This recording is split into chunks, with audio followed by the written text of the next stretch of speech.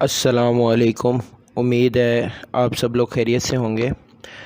आज हम paper presentation discuss करने जा रहे हैं जो कि आप मैट्रिक और एफएससी दोनों के लिए यूज़ कर सकते हैं। तो मैं केमिस्ट्री ये मेरे पास केमिस्ट्री का फ़र्स्ट ईयर का एक पेपर है जिसको हम अटैम्प्ट करने के लिए, फॉर एग्ज़ाम्पल आप कह लें मॉडल पेपर है, वो अटैम्प्ट करने के लिए मैं आपको पेपर प्रेजेंटेशन बताऊंगा। ये जो पेपर प्रेजेंटेशन है इसको हम कह सकते हैं कि ये बोर्ड का टॉपर जो है ना उसका पेपर किस तरह का होता है वो अटैम्प्ट करने के लिए पेपर प्रेजेंटेशन है कि एक बोर्ड का जो टॉपर बच्चा होता है वो किस तरह का पेपर अटैम्प्ट करता है। ठीक है, तो आपको पता है हमारे पास जो पेपर होता है उसमें MCQ शॉर्ट क्वेश्चन और लॉन्ग क्वेश्चन करने होते हैं। 17 MCQ होते हैं फर्स्ट ईयर सेकेंड ईयर के पेपर में। केमिस्ट्री में टोटल 85 मार्क्स का पेपर होता है।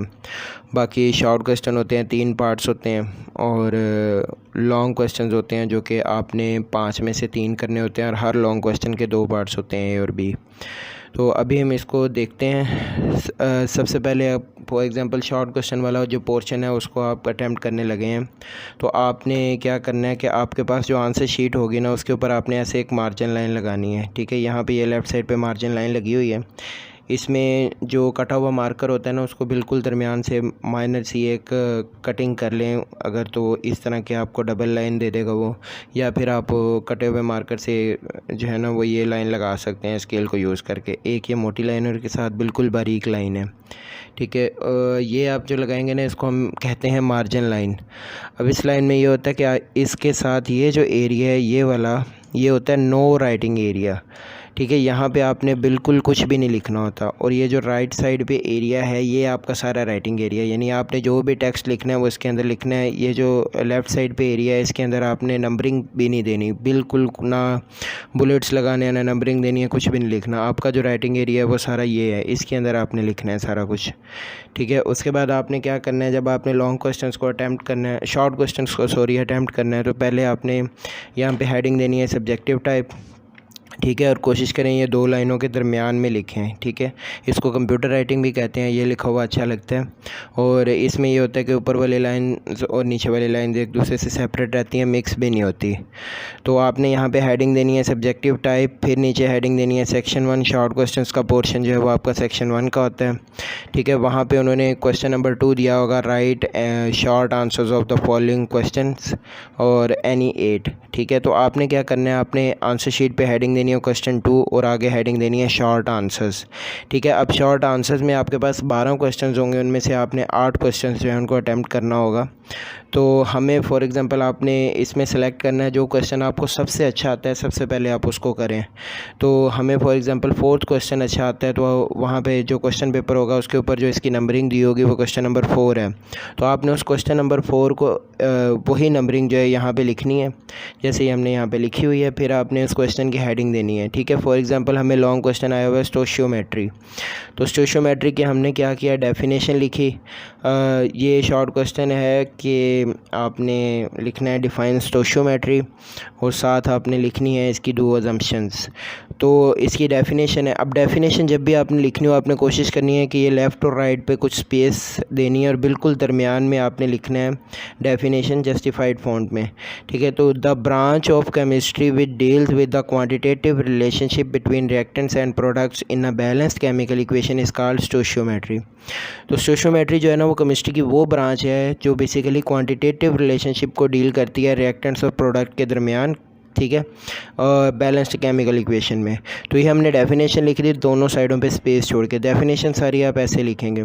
उसके बाद फिर आप ये पूरी लाइंस यूज़ करेंगे एक्सप्लेनेशन, एग्जांपल्स या अजम्पशंस के लिए। ठीक है, यहाँ पे हमारे पास 2 अजम्पशंस थी इसकी, या जो कंडीशंस हमने एज्यूम करनी होती हैं वो ये थी, तो हमने यहाँ पे ये लिख दी, एजम्पशंस की हेडिंग दी। पहली एजम्पशन लिखी है, all the reactants are completely converted into products and no side reaction occurs. ठीक है, उसके बाद फिर आपने क्या करना है, अगले शॉर्ट क्वेश्चन से पहले एक लाइन छोड़नी है। लाइन छोड़ने के बाद फिर आपने अगला क्वेश्चन जो आप अटैम्प्ट करना चाह रहे हो उसका नंबर देना है, और फिर आपने उसकी हेडिंग देनी है। अब नेक्स्ट क्वेश्चन है आपका, आपने करैक्टरिस्टिक्स लिखनी है, जो सॉल्वेंट आपने चूज़ करना है क्रिस्टलाइजेशन के लिए। तो हमने heading they the choice of solvent. ठीक है, ये 4 करैक्टरिस्टिक्स जो हैं उसकी लिख दी कि केमिकली रिएक्ट नहीं करना चाहिए सोल्यूट के साथ, इम्प्योरिटीज़ इसमें डिज़ोल्व ना हो, अगर हों भी तो वो क्रिस्टलाइज ना करे सोल्यूट के साथ, ठीक है। और इनएक्सपेंसिव होना चाहिए या चीप होना चाहिए, सस्ता होना चाहिए, सेफ़ होना चाहिए और इजीली रिमूवेबल होना चाहिए, ठीक है। अब ये नेक्स्ट शॉर्ट क्वेश्चन आपने अटैम्प्ट किया, उसके बाद फिर आपने लाइन छोड़नी है। इस तरह आपने 8 क्वेश्चन जो हैं वो अटैम्प्ट कर लेने हैं। जब आपके 8 क्वेश्चन कंप्लीट हो जाएंगे, अब आप कोई एक्स्ट्रा क्वेश्चन करना चाह रहे हैं तो आपने उस क्वेश्चन का रोमन में जो भी क्वेश्चन पेपर में नंबर है वो देना और साथ आपने एक्स्ट्रा लाजमी मेंशन करना है, ठीक है। एक्स्ट्रा मेंशन करने से ये होता है एग्जामिनर को पता लग जाता है कि आप ये शॉर्ट क्वेश्चन जो है ना वो कंप्लीट हो चुके हैं, अब आप एक्स्ट्रा क्वेश्चन कर रहे हैं। उसके बाद आपने हेडिंग देनी है, जो भी क्वेश्चन होगा। प्रेशर है फॉर एग्जांपल, तो आपने प्रेशर की डेफिनेशन लिखी, the force exerted on a surface per unit area is called pressure, और इसका एसआई यूनिट लिखा, ठीक है। एसआई यूनिट जो है वो प्रेशर का न्यूटन पर मीटर स्क्वायर होता है, ठीक है। अब उसके बाद आप नेक्स्ट क्वेश्चन जो है वो अटैम्प्ट कर रहे हैं, तो आपने क्या करना है, क्वेश्चन नंबर 3 हेडिंग देनी है, फिर उसके साथ लिखना है शॉर्ट आंसर्स, उस क्वेश्चन का नंबर लिखना है और सेम उसी पैटर्न पे जैसे हमने पहले किया वैसे ही आपने 8 के 8 शॉर्ट क्वेश्चन लिख देने हैं और जो आपका एक्स्ट्रा क्वेश्चन होगा उसको एक्स्ट्रा मेंशन कर देना है। उसके बाद जो नेक्स्ट क्वेश्चन नंबर 4 होता है, इसमें आपने 9 में से 6 करने होते हैं, तो 6 आपने सेम उसी पैटर्न से करने हैं जैसे हमने पहले किया, और जो 7th क्वेश्चन आप एक्स्ट्रा करना चाहोगे उसके साथ आपने एक्स्ट्रा मेंशन कर देना है, ठीक है। इस तरह आपका शॉर्ट क्वेश्चन वाला पोर्शन जो है वो कंप्लीट हो जाएगा। अब अगर आपके पास कोई डिफरेंसेस वगैरह आते हैं तो उसको आप कोशिश करें कि कॉलम्स बना के, टेबल बना के, दरमियान में लाइन लगा के दोनों को डिफरेंस जो है ना वैसे लिखें, ठीक है। और यहाँ पे केमिस्ट्री के अंदर एक चीज़ का ख़ास ख्याल रखना है कि अगर आपसे कोई डेफिनेशन पूछी जाती है तो डेफिनेशन के साथ जो उसकी एग्जांपल या जो भी फार्मूला या रिप्रेजेंटेशन होती है, बेशक वो ना भी पूछी गई हो तो आपने लाजमी लिखनी है। जैसे मोल है, मोल की डेफिनेशन आप लिखें तो उसकी रिप्रेजेंटेशन स्मॉल है ना, और उसकी एग्जांपल जो है कि 1 मोल जो है उसके अंदर कितने ग्राम एटम होते हैं, तो वो चीज़ें आपने लाजमी मेंशन करनी है, ठीक है। अब उसके बाद हमने यहाँ पे जो डेफिनेशंस लिखी है उसमें आप देखो प्रेशर जो लिखा हुआ है, अब पूरी डेफिनेशन में प्रेशर फॉर एग्जांपल हमें मेन वर्ड लगता है, ठीक है। इसी तरह स्टोशियोमेट्री में ये डेफिनेशन स्टोशियोमेट्री की थी तो इसको हमने बोल्ड किया हुआ है। इसी तरह आपको डेफिनेशन या पूरी लाइन के अंदर जो पॉइंट लगता है जिसको आप हाईलाइट करना चाहते हो, जिस वर्ड को, उसको आप किसी मार्कर वगैरह से हाईलाइट कर दें, ठीक है। ये इस तरह आपका शॉर्ट क्वेश्चन का पोर्शन पूरा हो जाएगा। उसके बाद फिर आपने सेक्शन 2 की तरफ आना है। सेक्शन 2 जो होता है वो डिटेल्ड आंसर लिखने होते हैं, ठीक है, लॉन्ग क्वेश्चंस जिनको कहा जाता है।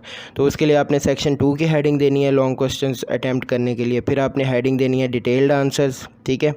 यानी यहाँ पे ये शॉर्ट का पोर्शन कंप्लीट हो रहा है, यहाँ पे एक लाइन छोड़ने के बाद फिर आपने सेक्शन 2 की हेडिंग देनी है, डिटेल्ड आंसर्स की हेडिंग देनी है। फिर अब आपको लॉन्ग क्वेश्चन फॉर एग्जांपल आया लिमिटिंग रिएक्टेंट, तो आपने इस लॉन्ग क्वेश्चन जो भी आप 5 में से 3 अटैम्प्ट करना चाह रहे हैं उनके ए और बी पार्ट इकट्ठे लिखें, चाहे बी पहले करें चाहे ए पहले करें, लेकिन ए और बी जो है ना एक क्वेश्चन के पार्ट इकट्ठे होने चाहिए। तो आपको क्वेश्चन नंबर 5 जो है फॉर एग्जांपल वो अच्छा आता है, आपने उसकी क्वेश्चन नंबर 5 लिखा, साथ उसका ए पार्ट मेंशन कर दिया लिमिटिंग रिएक्टेंट। अब लिमिटिंग रिएक्टेंट या कोई भी लॉन्ग क्वेश्चन जब आता है ना तो उसकी आपने सबसे पहले क्या लिखनी है, डेफिनेशन लिखनी है। डेफिनेशन उसी तरीके से लिखेंगे जैसे हमने स्टोशियोमेट्री की लिखी, साइड पे स्पेस दे के, ठीक है। अब बुक में वो जिस तरह मर्ज़ी लिखा हुआ है, आपने इस जो पैटर्न दिया हुआ है ना इसको फॉलो करके अपना लॉन्ग क्वेश्चन जो है वो अटैम्प्ट करना है। पहले आप डेफिनेशन लिखेंगे, फिर आप उसकी एग्जाम्पल लिखेंगे, फिर अगर उसकी रिप्रेजेंटेशन या कोई फार्मूला है, जैसे कुछ डेफिनेशंस जो होती हैं या कुछ आपके पास ऐसी होते हैं पैरामीटर्स होते हैं जिनकी डेफिनेशन के साथ रिप्रेजेंटेशन भी होती है और फार्मूला भी होता है, वो आपने अगर अवेलेबल है तो उसके बाद तीसरे नंबर पे वो लिखना है। फिर आपने एक्सप्लेनेशन और डायग्राम लिखनी है। डायग्राम का ख्याल रखना है कि डायग्राम जो है वो किसी permanent marker, pen, pointer, ball pen उस चीज़ से लिखें जिसको अरेज ना किया जा सके, उससे आपने डायग्राम बनानी है। और वो जो है ना कम्प्लीटली लेबल्ड भी होनी चाहिए और कैप्शन भी होनी चाहिए, ठीक है। लेबल का मतलब है कि उसके अंदर जो पार्ट्स हैं उनको आपने मेंशन करना है कौन कौन से, और कैप्शन होता है कि नीचे आप जो लाइन में लिख देते हैं कि किस चीज़ की डायग्राम है, ठीक है, वो भी आपने मेंशन करना है।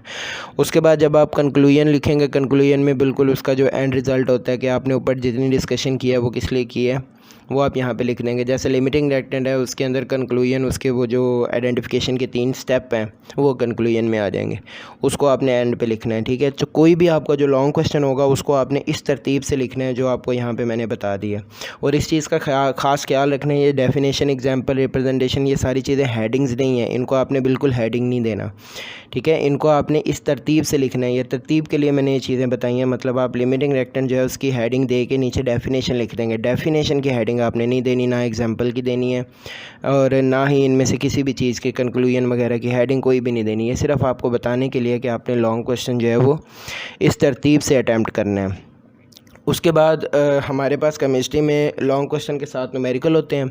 तो न्यूमेरिकल आपने कैसे अटैम्प्ट करने हैं, आपने सबसे पहले जो है ना जैसे आपका क्वेश्चन नंबर 5 है उसी का बी पार्ट न्यूमेरिकल है, तो आपने पहली हेडिंग देनी है रेफरेंस स्टेटमेंट। उसमें क्या होता है कि आपने शुरू के 2-4 वर्ड इनिशियल वर्ड्स जो होते हैं न्यूमेरिकल के स्टेटमेंट के वो लिख देने हैं, फिर आपने इस तरह डॉट्स लगा देने हैं और फिर जो फाइनल वर्ड्स होते हैं उसके वो लिख देने हैं। ठीक है, नेक्स्ट हेडिंग आपकी होगी गिवन डाटा। गिवन डाटा के अंदर आपने जो जो डाटा आपके पास अवेलेबल है, जो क्वेश्चन की स्टेटमेंट में दिया हुआ है, आपने सारा यहाँ पे मेंशन कर देना है।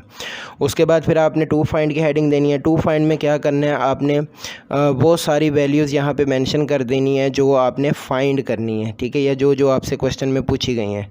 फिर आपने सोल्यूशन की हेडिंग देनी है। इस पोर्शन में आपने सारी की सारी कैलकुलेशन जो है वो कर देनी है। जब आपका रिज़ल्ट आएगा, जो आंसर आपने निकालना है, जब वो निकल आएगा वो आंसर आपने मार्कर से जो है ना रिज़ल्ट की फॉर्म में लिख देना। अब यहाँ पे भी इस चीज़ का ख्याल रखना है, रिज़ल्ट की हमने हेडिंग नहीं देनी, जो आपका आंसर आएगा उसको आपने मार्कर से लिख देना है। ठीक है, कि हमारा ये आंसर आ गया। For example the final pressure is 20 Newton पर मीटर स्क्वायर, यानी एक न्यूमेरिकल है, उसमें हमें उन्होंने कहा था प्रेशर निकाले, तो हमने मार्कर से लिख देना है the final pressure is 20 Newton पर मीटर स्क्वायर। ठीक है, तो ये लास्ट लाइन होगी आपके न्यूमेरिकल की। तो इस तरह आपका पूरा इंशाल्लाह सब्जेक्टिव टाइप का जो पेपर है वो कंप्लीट हो जाएगा।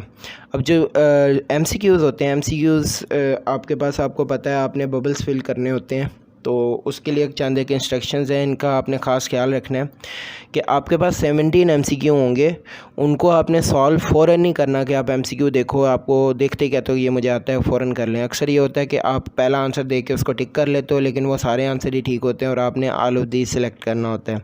तो आपने जो भी एमसीक्यू है उसको सॉल्व करना है अच्छी तरह, स्टेटमेंट को कम्प्लीटली पढ़ के, और कम से कम 2 दफ़ा एमसीक्यू को पढ़ें, उसकी स्टेटमेंट और उसके ऑप्शंस दोनों कम से कम 2 दफ़ा पढ़ने के बाद फिर आपने उसको फिल करना है। ठीक है, और जब आप बबल फिल करें तो इस चीज़ का भी खास ख्याल रखें कि जो आपने एमसीक्यू टिक किया हुआ है, जो आपको सही आता है, उसका बबल करेक्ट फिल करें। अक्सर बच्चे जो है वो एमसीक्यू टिक करते हैं लेकिन उनका बबल जो है वो गलत फिल कर लेते हैं।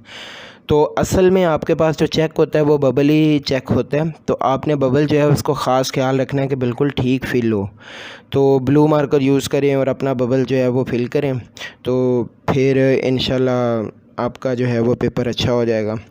तो ये जो आपको मैंने इंस्ट्रक्शंस दी हैं आप इनको फॉलो करें, इंशाल्लाह आपके बोर्ड में पूरे मार्क्स आएंगे। जहाँ से थोड़ा बहुत नंबर कटते भी हुए तो बोर्ड एग्जामिनर जो है वो इनको इग्नोर कर देगा आपकी प्रेजेंटेशन को देख के।